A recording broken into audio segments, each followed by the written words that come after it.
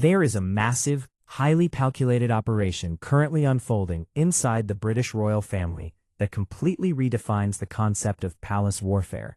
And if you are only paying attention to the mainstream media coverage, you are missing the most brilliant, ruthless power grab in modern royal history. Let me set the scene for you. It is May 31st, 2026, exactly 9:12 in the morning London time. 50 international news cameras are already stationed outside the gates of Buckingham Palace. Suddenly, Catherine, the Princess of Wales, steps out of her vehicle entirely alone. No King Charles beside her, no Prince William, and absolutely no aides flanking her. She walks directly up to the microphones and delivers a statement that, on the surface, sounds like a very polite, progressive announcement regarding financial transparency. But if you actually decode the specific words she chose, you realize this was not a press conference. It was a lethal, live television legal maneuver. She explicitly stated that starting at midnight, the entire royal charitable system would undergo a full independent forensic audit, and any undocumented funds would be immediately frozen, adding the chilling phrase, "We do not protect mistakes in the dark." The mainstream media praised the modernization, but the absolute second those words left her mouth, she legally paralyzed the exact financial infrastructure that Queen Camilla has been quietly using to operate for years. Hit that subscribe button, drop a like, and let's expose exactly how the Princess of Wales just executed a flawless, invisible palace coup. While Catherine was standing alone in London, projecting absolute independent authority, a highly coordinated, incredibly aggressive strike was simultaneously playing out 70 miles away in Wiltshire. By 11 o'clock a.m., Queen Camilla's private Ray Mill estate was placed into a complete, total lockdown. No staff movement, no external communications. Shortly after Catherine's broadcast, a single vehicle pulled into the driveway, carrying a senior legal advisor representing Prince William. He was holding a secured folder containing a document palace insiders are terrifiedly calling the silent contract. I need you to understand the absolute gravity of this document. It was not a polite suggestion for Camilla to scale back her duties. It was a binding, non-negotiable legal ultimatum with terms that were genuinely extreme. By signing it, Camilla would immediately forfeit her right to speak in any official capacity without prior approval. Every single public statement, media interaction, and charitable engagement would have to be pre-cleared through Catherine's communications team. The personal network and strategic alliances Camilla spent 30 years building would be completely dismantled the moment she signed the page. You might be asking yourself, what kind of terrifying leverage could Prince William possibly possess that would force a sitting queen consort to willingly surrender all of her actual operational power? The answer is a highly specific number: £12,450,000. When forensic accountants began digging into the royal ledgers, they allegedly uncovered a highly sophisticated financial operation running quietly inside the charitable arm of the Duchy of Cornwall. Small administrative grants were being approved for what appeared to be routine operational costs. But instead of reaching their intended public destinations, these funds were allegedly being seamlessly redirected into a secondary intermediary trust. From there, the money was dispersed across a network of unlisted charities exclusively tied to Camilla's private patronage circle. Essentially, institutional money was allegedly being funneled into a closed loop to finance her private networking and public relations alliances, completely hidden from standard palace oversight. The paper trail was absolutely airtight, and that documentation was exactly what William's lawyer placed on the table at Ray Mill. The ultimatum delivered that morning was brutal, and it came with a terrifyingly narrow ticking clock.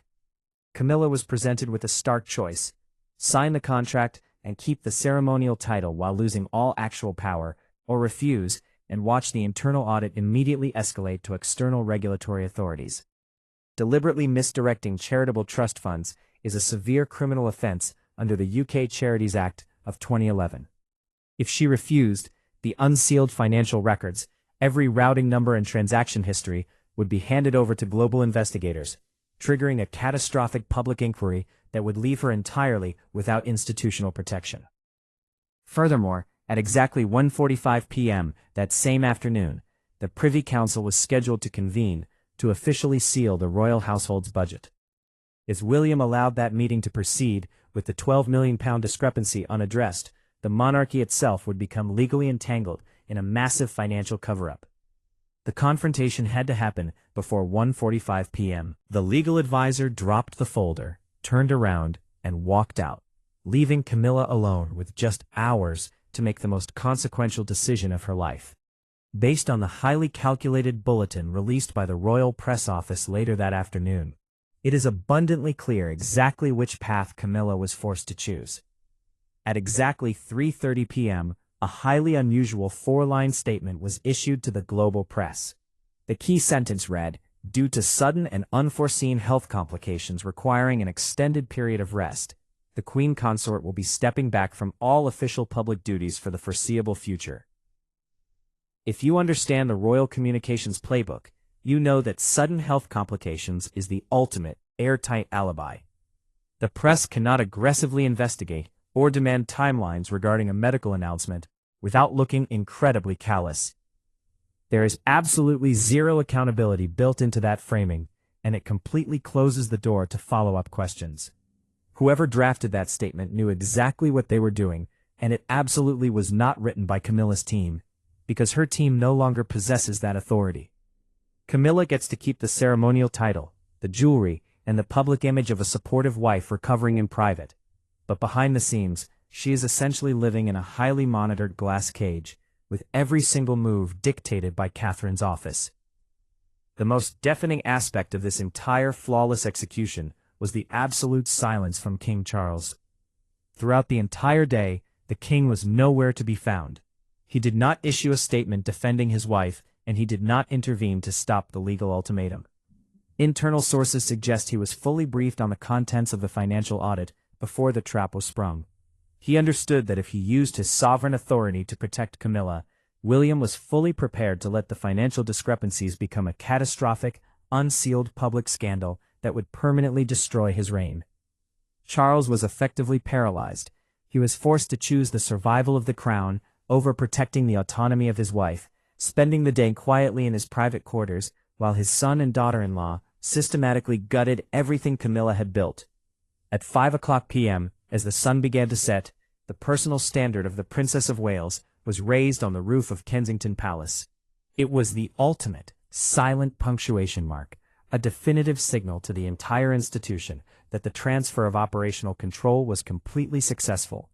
But just when it appeared that William and Catherine had flawlessly executed the perfect, invisible palace coup, a terrifying anomaly was discovered deep within the final pages of the audit documentation that completely shatters the entire victory.